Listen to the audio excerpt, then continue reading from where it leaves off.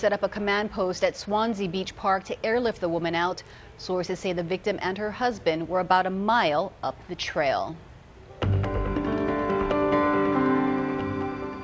Now to an update on road repairs on Kauai following last month's historic flood. It will be about 3 to 4 months before another lane is opened on Kuhio Highway, according to the Department of Transportation. A single lane was opened last night for local traffic only. Crews will begin working on the road between 7 a.m. and 5 p.m. Monday through Saturday. This includes stabilization work and clearing debris. A gruesome discovery in South Hilo today. A couple found a butchered 250-pound mature female green sea turtle floating belly up behind some trees at Onekahakaha County Beach Park around 11 this morning. Investigators estimate the animal's shell was about 80 centimeters in size. Its killer or killers amputated the 2 front flippers, but may have been interrupted and left the turtle behind. It is being flown to Oahu for an examination. It is against federal law to harass or harm green sea turtles. Anyone with information should call the state hotline at 643-DLNR. What's the weather for the rest of the weekend shaping up like? Here's Guy Hoggy coming up. Yeah, Lisa, we might even need sunblock after a cloudy last couple of days. The extended forecast is coming up next. And take a look outside right now live over in the Hilo area. They might have some fog issues over in the Hilo side. They might even get a few more showers, but calmer weather is on the way. We'll have the bright outlook when we come back.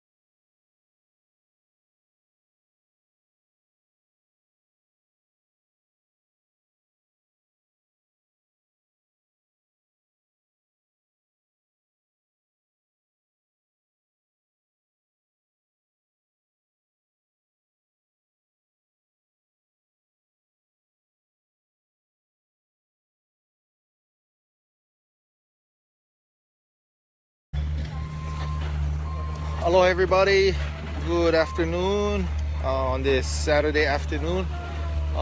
Just giving everybody a heads up. You know, this is what we're doing right now. We're kind of going into, how's it going, Tony? How you?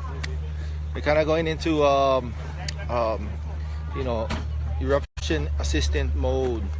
Right now the eruption is at a stall, so it's not really erupting or doing anything right now, so it's just stalling out.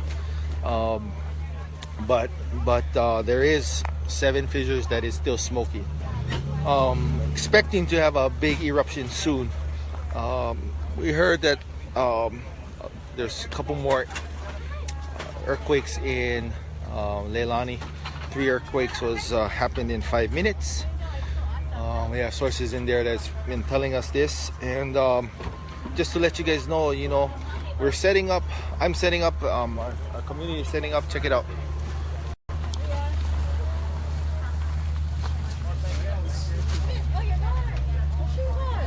So what we're doing is we're setting up this you know, eruption assistance for all the people that is affected by this eruption in Leilani Estates. Uncle Gary wants to talk to you. Oh, okay.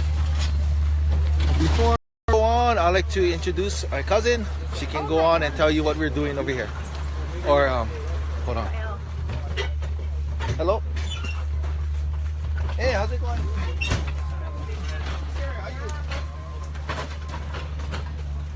He'll be right back. Intermission, please. That side.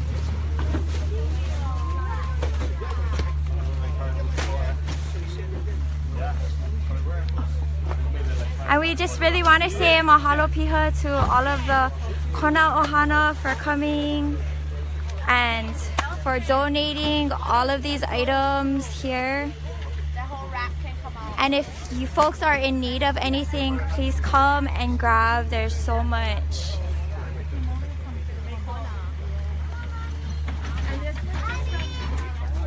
All right, guys. Yeah, so we're having we're having some USGS guys here at this booth, sharing about if anybody wants to know anything that is happening in Lower Puna. I know some on Pohoiki Road there was a mandatory evacuation, so people on that road had to evacuate.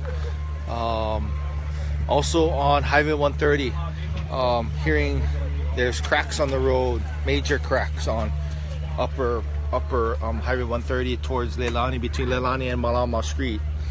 If you guys stay with me on my news feed, I've been posting some pictures of all maps and eruption, what's happening now.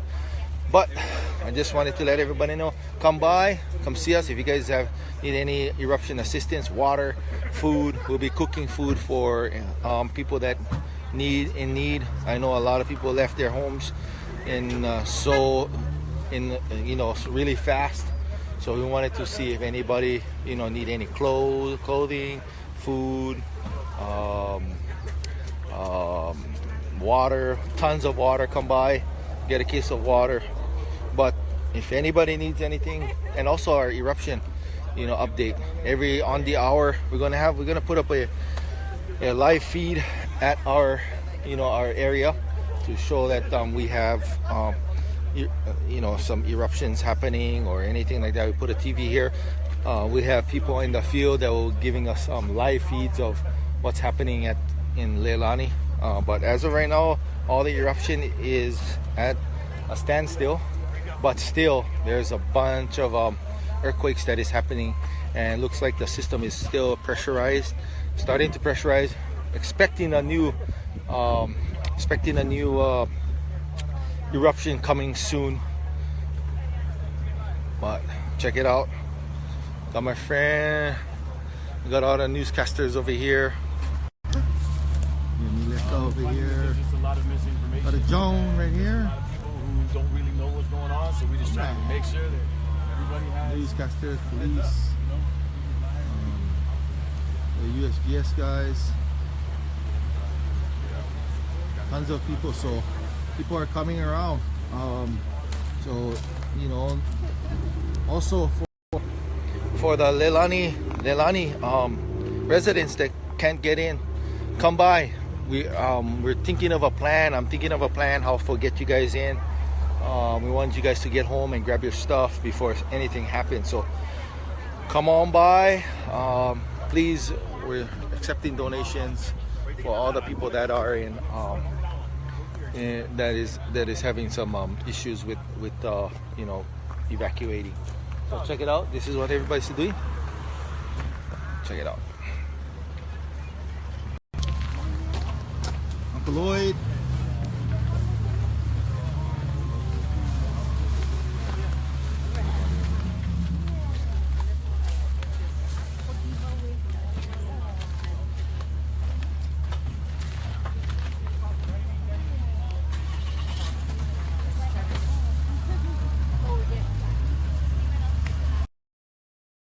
So that's what we're doing. Still tour companies are coming around, lending a hand, but we want to have everybody to come down, and if you guys want some information from myself or some John Tarson or Andrew Dunn, or we'll be having a couple USGS guys coming here, and ex-USGS guys to ease the tension of what's happening in our community. So if you guys want any updates, come check me out. We are at the corner of Pahoa School, the stoplight. Mahalo, you guys. Aloha. Please get some. Mahalo, mahalo. So yeah, this is we're gonna make sure. Yes, sir. How you, man? Oh, my truck's stuck in Leilani and stuff. They won't let me get it. I've seen people taking video right next to the lava. I've been around the lava a million times. Yeah. Why can't I just get a mile away from my house? So right now, I know that what's happening is they're actually locking down a road because of the fumes. But oh boy, I came up with a plan to see if we can get everybody in.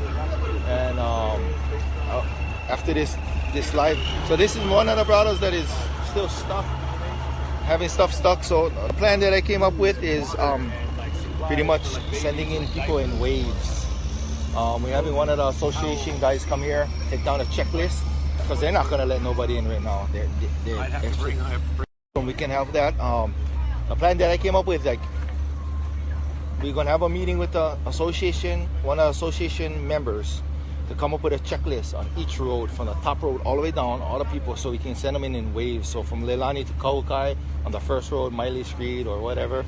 You guys live on this road, we're going up right now. We're giving you 30 minutes. Police can take you guys up, lock down the road. You guys do what you guys gotta do. Get whatever you guys gotta get out. Get out. Next wave. And just, you know, that's what I was thinking. I'm gonna try to see if we can propose that to the mayor. Something at least. That would be great. Yeah. So, come by. You guys need water or anything? No, I'm all right. Okay, man. We have tons of water. Hey, thanks, bro. You're welcome. You're welcome. So that's the kind of what we like do. So check it out. You know, we're at the corner.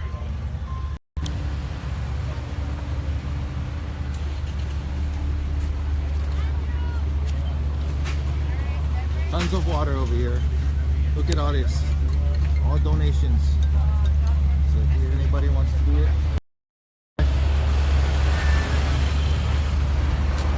People are evacuating.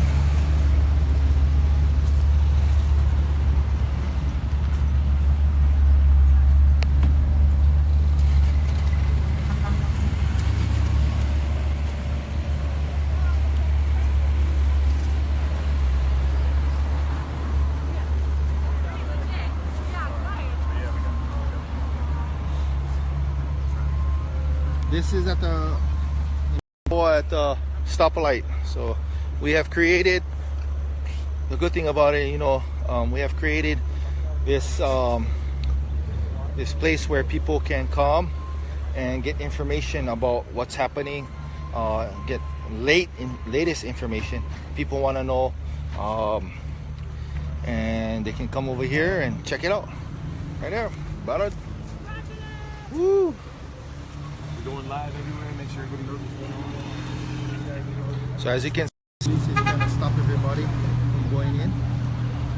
But anybody that live below Leilani, they can come out and can go out to their house. But anybody living in Leilani, nobody can go in. So this is what we're doing, and we're just trying to be proactive in the community. And also, so if anybody wants anything, let me know. Come by. Aloha.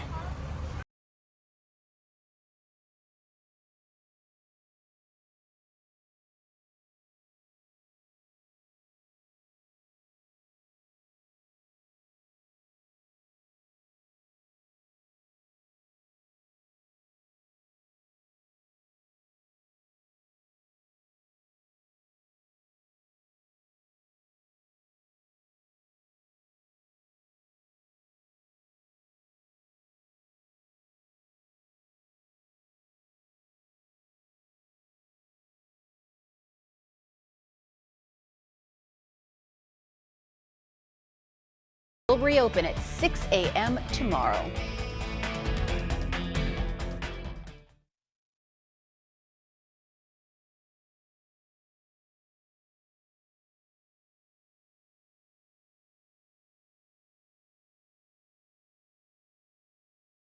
Night for local traffic only. Crews will begin working on the road between 7 a.m. and 5 p.m. Monday through Saturday. This includes stabilization work and clearing debris. A gruesome discovery in South Hilo today. A couple found a butchered 250-pound mature female green sea turtle floating belly up behind some trees at Onekahakaha County Beach Park around 11 this morning. Be sure to stay with Hawaii News Now for the very latest on the Kilauea eruption on air, online, and on our mobile app. We'll have updates throughout the show tonight. Coming up, a pregnant visitor is killed on an Oahu hiking trail. How it happened next. And the search is on for the person who butchered a threatened green sea turtle.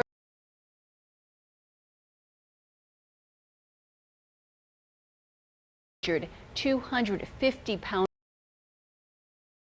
Big Island, especially for the communities downwind of the eruptions. So it looks like the south as well as the west sides will be most affected by the VOG tomorrow. As far as the rest of the state, the VOG plume is likely to be pushed down to our south, keeping the air quality good from Maui all the way to Kauai.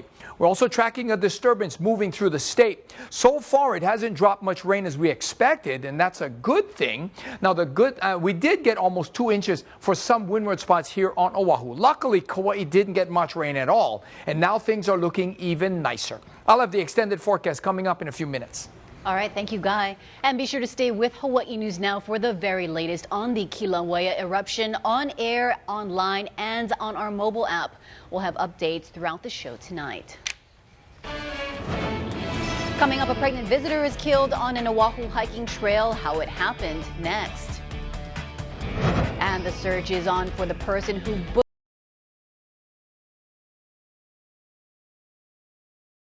a gruesome discovery in South Hilo.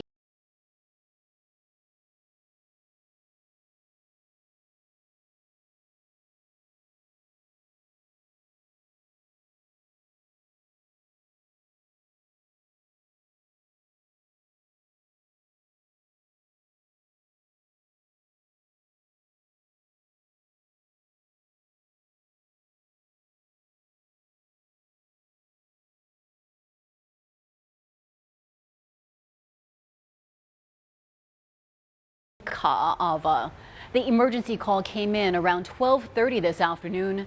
Sources say the Utah visitor was killed by a rock slide and mud that came down on the Hidden Valley or Makaua Valley Trail. According to police, the victim's husband told authorities that she was pregnant. Residents who live near the trailhead say the hike can be dangerous, especially when there's wet weather. The water, especially when it really pours for a long time, then it's guaranteed gonna have mudslides, a lot of boulders, loose rocks can come falling down. Some firemen went back hiking to try to rescue this woman, and then a little while later a helicopter came and dropped the line and was able to bring her out in the basket. Fire rescue crews set up a command post at Swansea Beach Park to airlift the woman out. Sources say the victim and her husband were about a mile up the trail. Now to an update on road repairs on Kauai following last month's historic flood. It will be about 3 to 4 months before another lane is opened on Kuhio Highway, according to the Department of Transportation. A single lane was opened last night for local traffic only. Crews will begin working on the road between 7 a.m. and 5 p.m. Monday through Saturday. This includes stabilization work and clearing debris.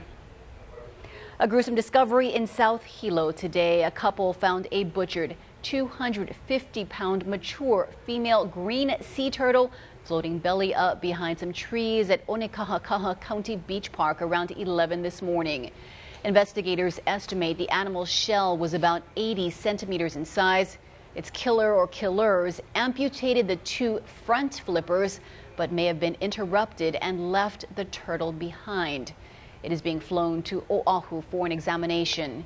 It is against federal law to harass or harm green sea turtles. Anyone with information should call the state hotline at 643-DLNR. What's the weather for the rest of the weekend shaping up like? Here's Guy Hoggy coming up.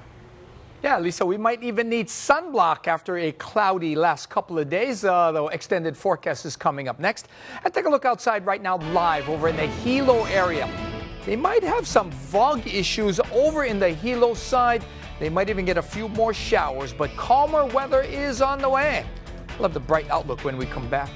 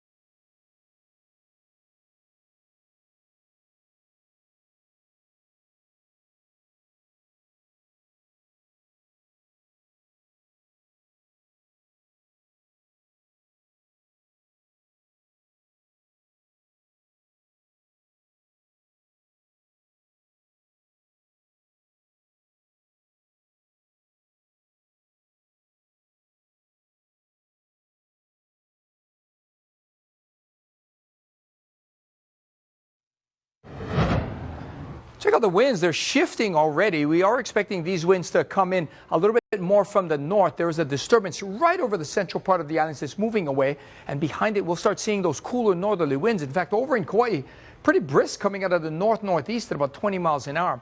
Now, tomorrow the winds will start picking up. They'll be running about 10 to 20 miles an hour for Kauai and Oahu. A little slower for Maui County and the Big Island, and that's why there's a chance that the fog and the haze build over there. The fog outlook calls for periods of haze for the Big Island and to a large extent Maui County tomorrow and tonight with those light winds. But by tomorrow, the brisk winds will start filling in. That's going to clear out the air quality. That's going to push that fog plume down to our south again. And that's going to be the case for the rest of the week, it looks like, except for parts of the Big Island where the increased fog output will likely linger for some neighborhoods downwind of the volcano. Now, we are seeing that the disturbance, we were expecting a lot of rain from it. Luckily, we didn't get that. So Lihue and Kauai, they didn't get much rain, and most of the moisture is going to begin pulling away to the north and to the east. So drier conditions coming in for Kauai and Oahu through tomorrow. You can see there's not much rain out there. And the most rain from the system came down for our windward sides. Some spots got about 2 inches, and you can see very cloudy conditions, but really not much rain left. So as the moisture moves to the east, the rain will shift more to there, at least the rain chances. So we'll likely see a few more showers for Maui County and maybe for the east side of the Big Island. Other than that, they had some showers up Mauka of Kailua Kona. So again, that moisture is going to slowly move away to the east. We saw some rain, mainly heavy for Oahu last night, but again, drier conditions are moving in as that moisture moves away to the north and to the east. Not a whole lot of surf to speak of. Box jellyfish due on Monday. Also due on Monday, significant North Shore swell. We could get some high surf advisories posted just about that time. So again, improving weather tomorrow. We could even see lots of sunshine for Kauai and Oahu. Thank you, Guy. Before we head to break, don't forget to head on over to our website.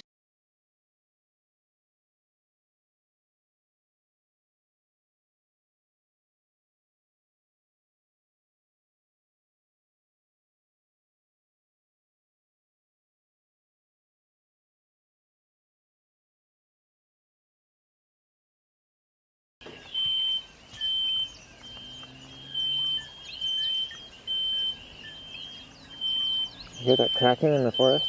Yeah.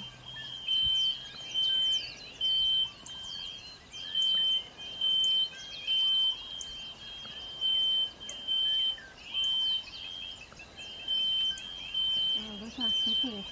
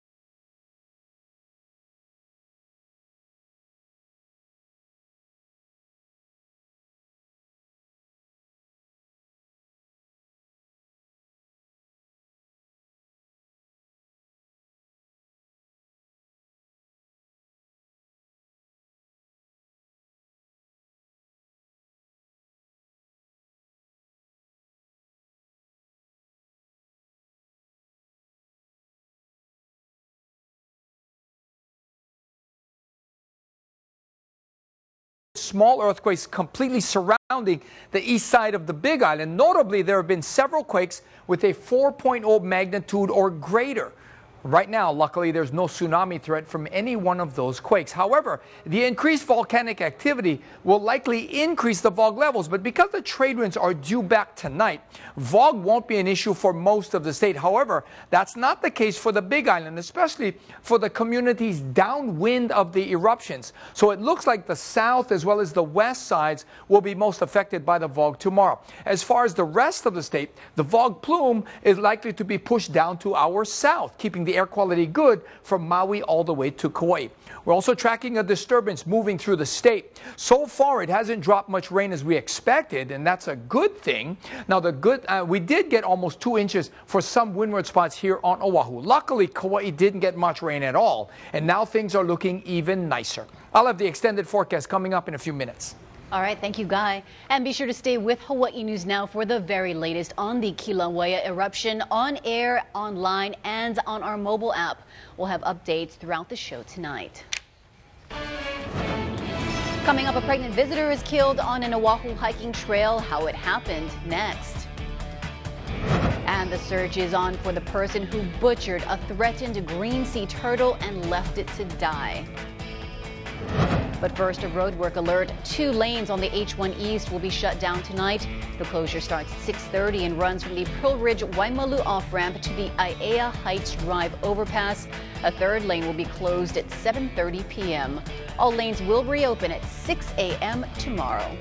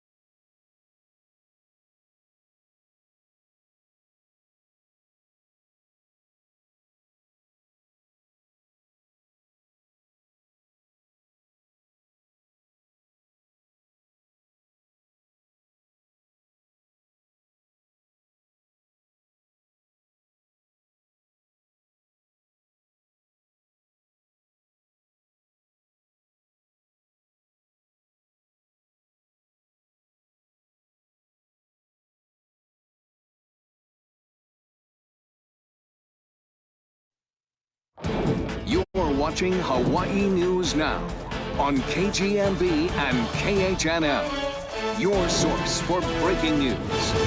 A woman died today while hiking on a trail in Kauai.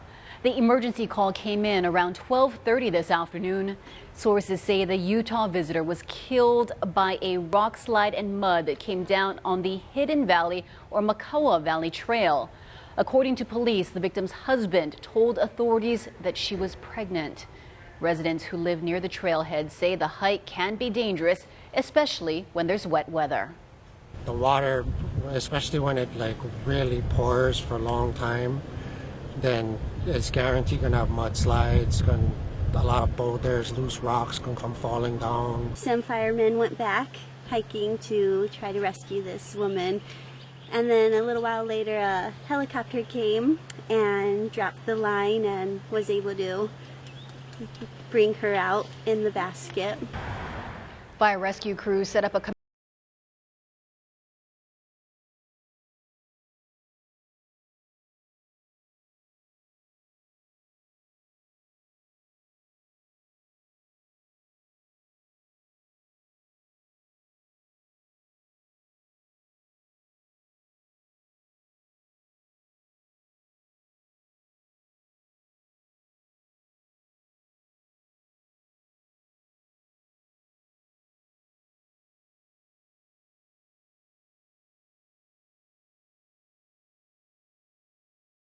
open. So that's really all I had to tell you. I'm happy to answer questions afterwards, but with that, I'd like to go ahead and bring Tina Neal up to the mic stand. Thank you. Hello, everyone. It's a busy and interesting time here on the Big Island for volcanologists for sure, and of course for residents, and I understand it's an unnerving time as well. So let me just update you on what's happening at the volcano. First of all, USGS HVO folks are working around the clock to track all of the monitoring data and try to keep up with the changes that are occurring, interpret what's going on, and put information out into the public realm, as well as communicate immediately any changes of significance to the Hawaii County Civil Defense Emergency Operations Center, because they're the ones that are making decisions about public response, especially down in the Lower East Rift Zone. So quickly to give you an update on what's going on, and then we'll talk about the summit. In the Lower East Rift Zone overnight, activity sort of slowed down and died at fissure number 6, and then just before 6 o'clock this morning we had a pickup in activity at an additional location, so I think we're now up to fissure number 8. The bottom line is that we've got additional outbreaks of lava within Leilani subdivision, just as we anticipated. It's still a fairly low level of lava output, but small lava flows are starting to form and move a few tens of yards away from this active fissure. So the situation remains dynamic down there, and we're working again with the Hawaii County Civil Defense and others to best inform them so they can make ongoing decisions about evacuation and public safety guidance. The prognosis is for this to continue. We see no slowdown in activity. Our seismic and geodetic data coming from the region still indicate magma accumulating below the general area. Pu'u'o is quiet in that there's no lava or eruptive activity going on. The 61G flow is essentially dead. You've seen photographs looking deeply down into the collapsed Pu'u'o crater, and it's quite an amazing open maw down into the crater. We really can't even see the bottom. It's letting up clouds of ash from time to time as portions of the wall continue to collapse into the crater. And of course, yesterday's large earthquakes prompted several dramatic collapses, and I was actually out there in a helicopter approaching Pu'u'o when this happened, and it was a very dramatic ash cloud coming out of the crater. Very pink ash reflecting the hydrothermally cooked rocks that make up the interior of Pu'u'o. And I know that cloud drifted downwind and dusted part of the park and even as far as the coast. So moving up to the summit area, as Jessica said, we're continuing to track a drop in the lava level lake. It's been fairly steady over the last couple of days. There's been no acceleration in the lake, in the rate. The lake is still visible to our monitoring web cameras, but it's certainly way out of sight of anyone at the Jagger Overlook. It's not as deep as it has been since the eruption started in 2008, but it's obviously something we're watching carefully, and we'll continue to monitor it. The big earthquakes of yesterday, of course, caught everybody's attention, and I think as we tried to explain in our press release and other information, the large earthquakes are a function of the fact that the east rift zone of Kilauea has been undergoing a lot of stress, like we, in the last few weeks or several weeks, in that magma moving through the rift zone pushes on the flank of the volcano and creates stresses that have to be relieved somehow, and these occur in the form of earthquakes.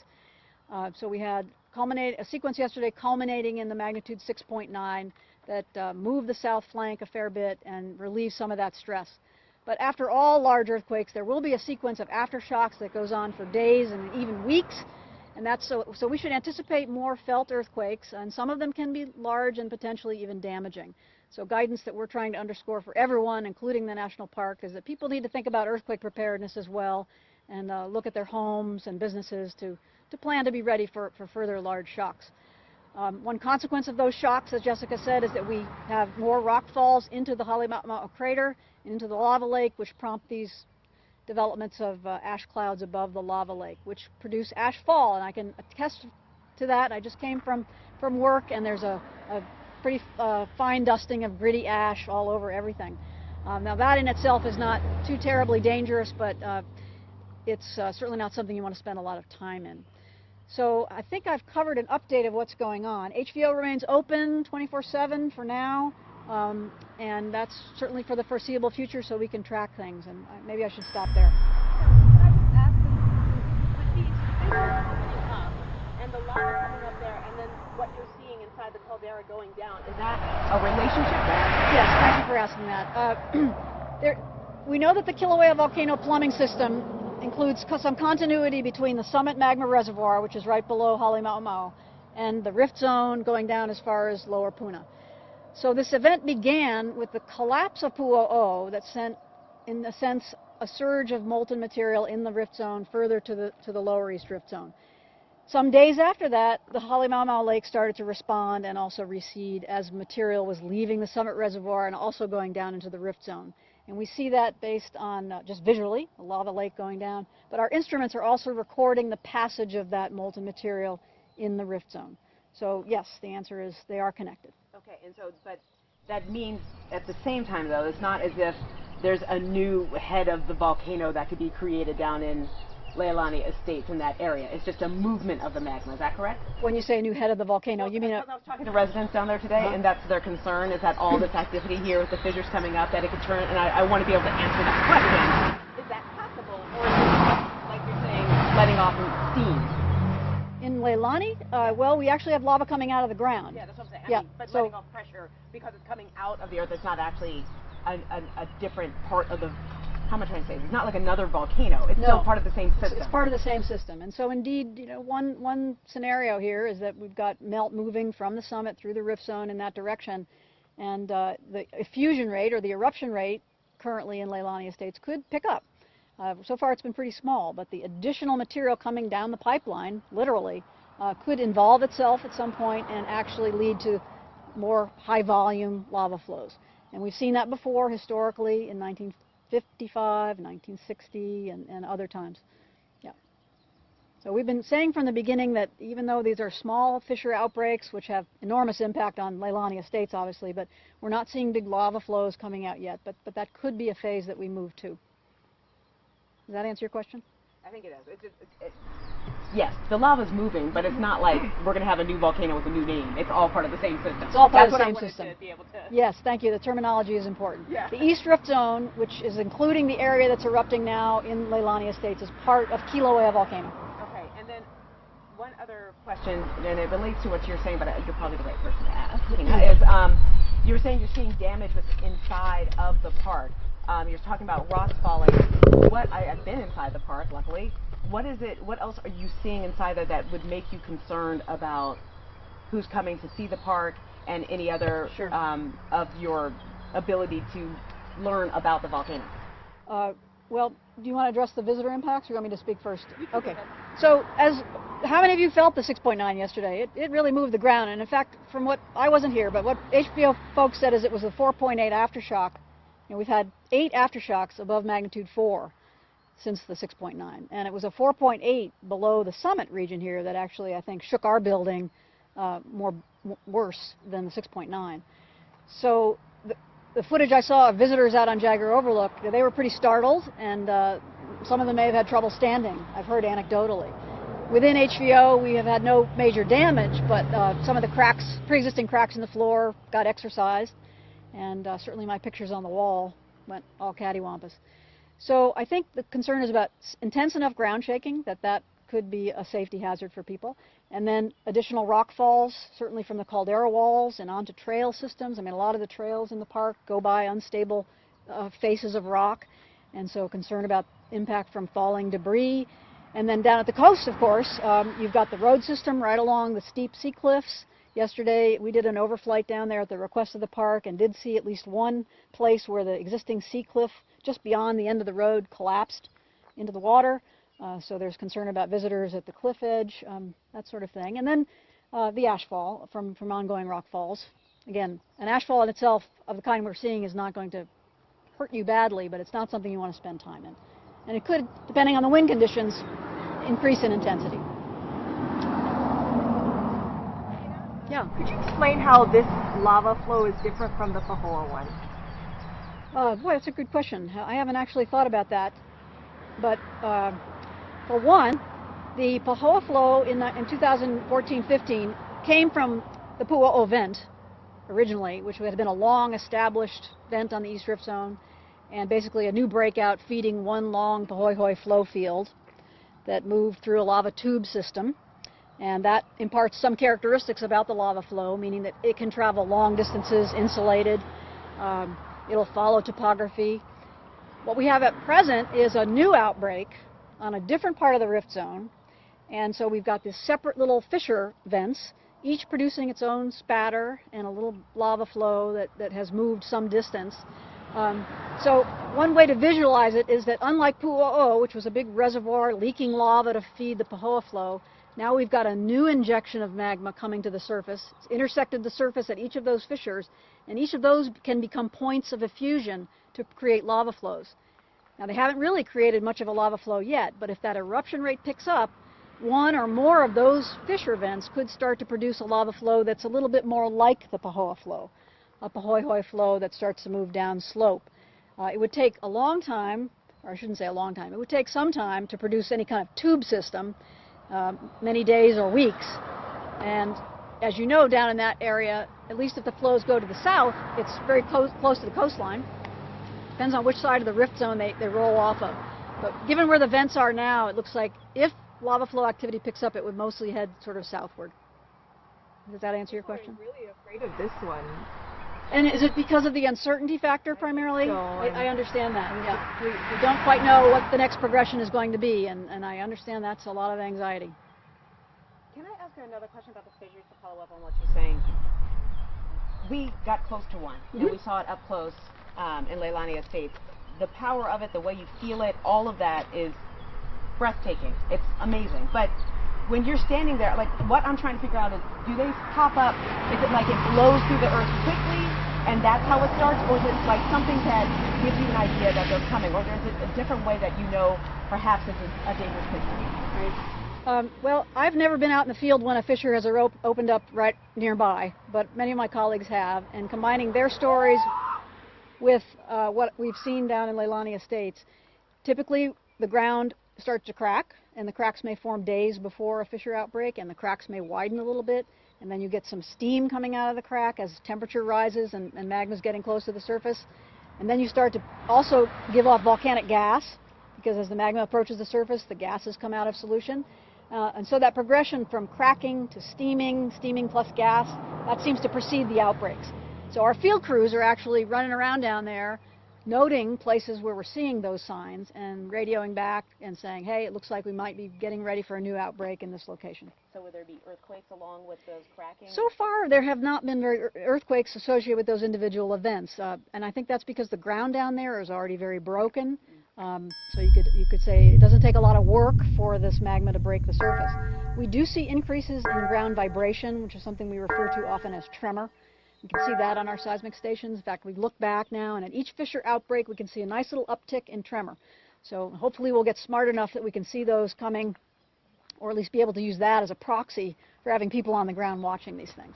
Tina, everybody in South Puna has become an amateur geologist, a volcanologist. They're all looking at maps. the 55 flow, the 64, the 2. And they're saying, no, it's not going to be here, it's going to be there. But a week ago, nobody predicted Leilani Estates.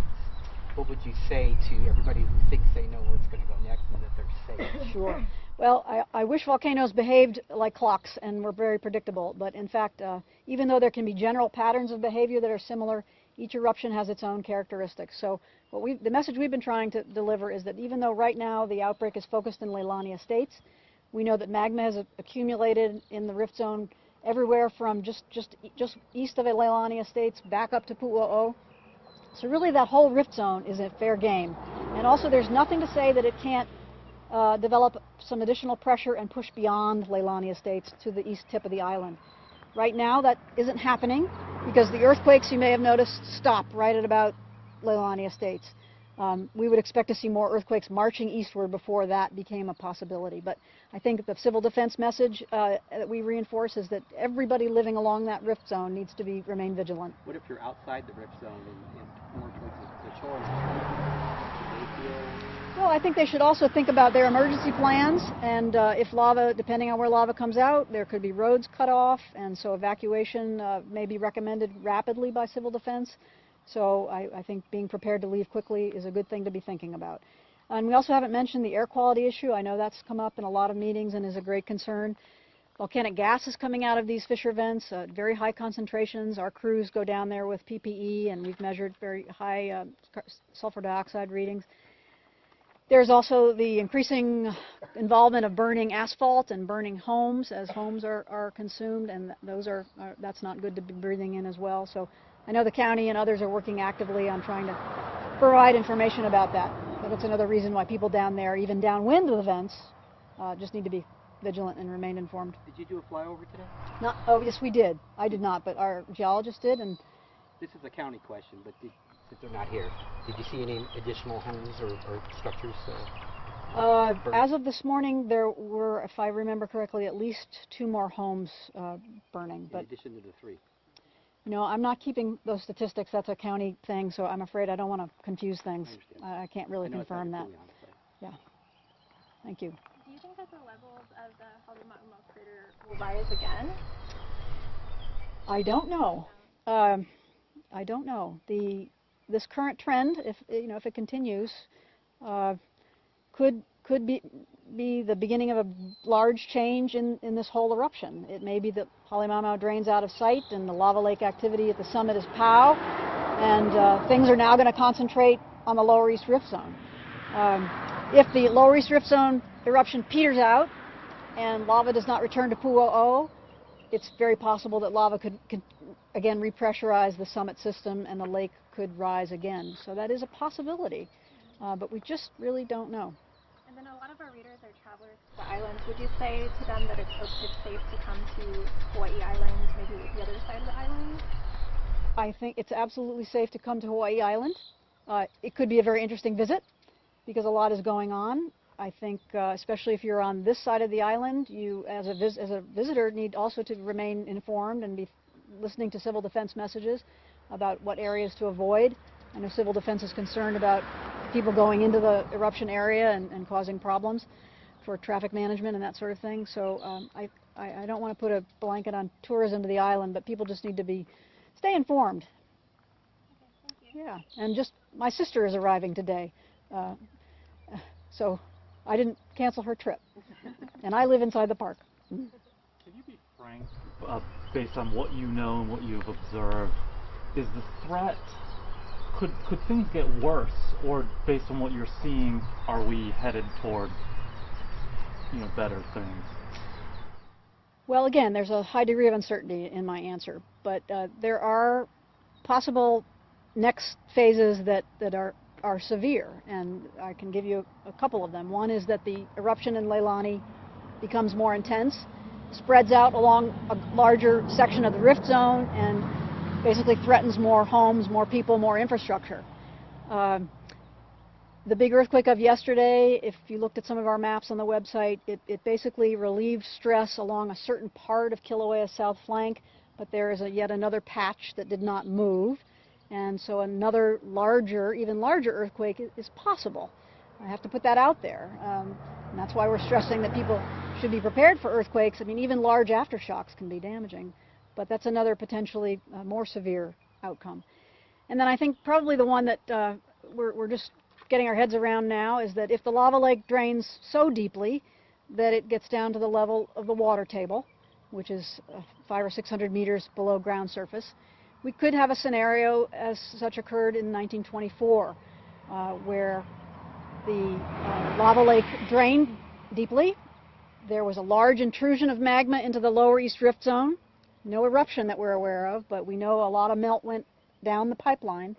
And so this deepening of the magma column under the summit allowed groundwater to flush into the system. And when you mix water with 2,000-degree magma, you get explosions. So in 1924, there was a period of time of explosive activity from the Halemaumau region, which put out a lot of ash, a lot of big blocks. They didn't travel outside the current closed zone, but they were certainly a more severe hazard than what we've seen more recently. And that kind of activity went on for many days. Was it weeks? I'm not sure. But that's another kind of scenario that's more severe than what's happening now. We've been talking about that, and what we're going to be doing is we've got some geophysicists whose eyes are trained on the data, and we're looking for changes in the rate of lava lake drop. We would expect if the lava,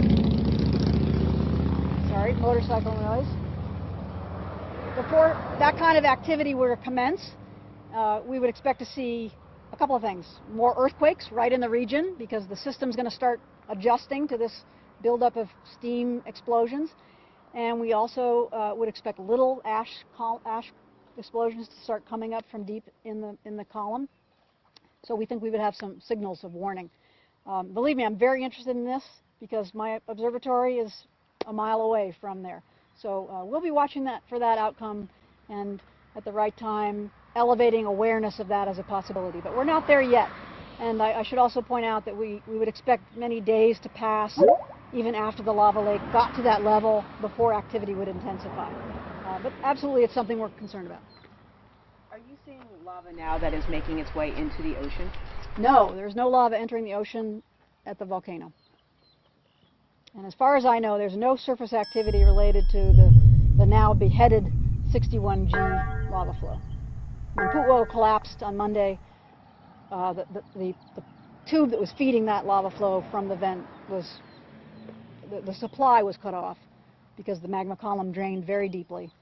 So that flow is dead. Hey guys, one more question, or maybe two for Tina. I'm going to let her get back to work. She's got a very busy day ahead of her, as many of us do, all of you as well. So anybody else for one last question before we set her loose? Well, if people want to stay on top of this, what's the best way to stay on top of it? Thank you for that good question. So HVO is trying to put out information on our website and by an email subscription service that you can find on our website twice a day. We're trying to do one in the morning and one in the late afternoon. I'll apologize and say we're kind of busy and sometimes things are dynamic and we're not staying on a great schedule, but we're working to that. In addition, Civil Defense is putting out messages on their website, and you can also sign up for their subscription service. So I would say those are the two best ways. And then, of course, our media partners we rely on to help promote and echo the messages coming from those two portals. Our website is also a place to go to find photographs, videos, and maps as soon as we can produce them and get them up on the website. One last question. So Kalapana, I remember Kalapana in the 80s. Was that the same rift zone then? Is that? Yes, it was. And your question reminds me to send you, please, to our maps on our website. If you go to the maps, Kilauea Maps, you'll see some maps of the rift zone that'll help orient people to where things are happening now and where Kalapana and those lava flows were. What stopped that Kalapana flow? Because I remember that one, it took homes, took stores. Well, we've seen the Kalapana, the episode of activity that had such a destructive impact on Kalapana ended because there was a change in the vent system back up at the Pu'uo'o area, in the Pu'uo'o Kupaianaha vent system. So it was all, the eruption continued, but there was a major change at the vent. And I, to be honest, right at this moment, can't remember the exact process that occurred, but it was a change in the conditions at the erupting vent on the rift zone. So we're not in a similar phase right now. If you're thinking about analogy to Leilani Estates, we're still kind of in the opening phases of this eruption down in Leilani. The spelling of my name, Tinaneal, and I'd also just kind of end with a shameless plug and appreciation to the National Park Service for keeping us all safe and working with HVO to make sure we can continue to do our job. So thank you.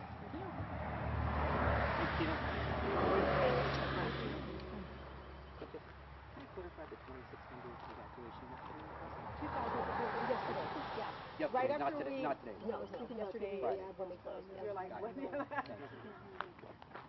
All right. Thank you very much, everybody. As you depart this area, please be vigilant about traffic on Highway 11.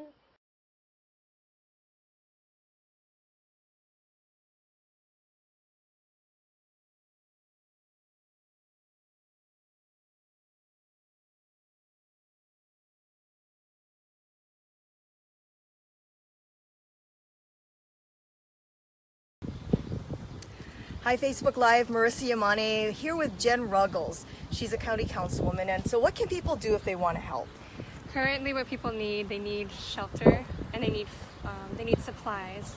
As far as shelter, if you have shelter available that you're willing to offer, you can offer it on couchsurfing.com. You can set up a profile, describe what you're offering, and if you need shelter, you can go on couchsurfing.com and set up a profile. It's all free. It's only for free, and these are not only for couches. The majority of them are for actual rooms.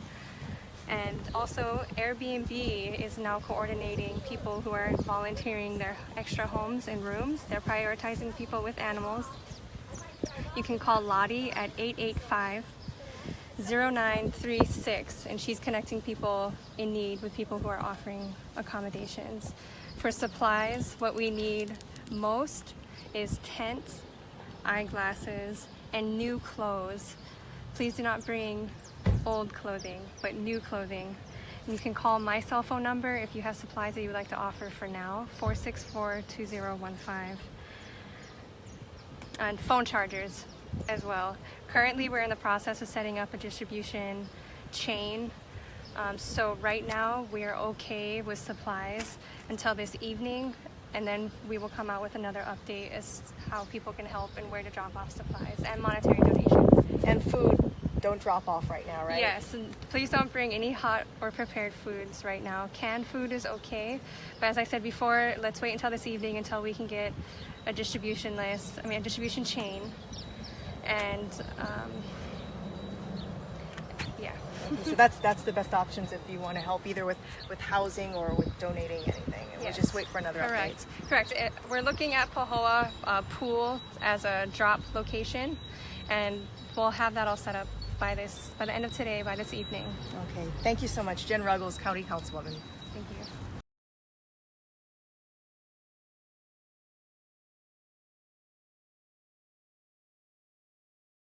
Man post at Swansea Beach Park to airlift the woman out. Sources say the victim and her husband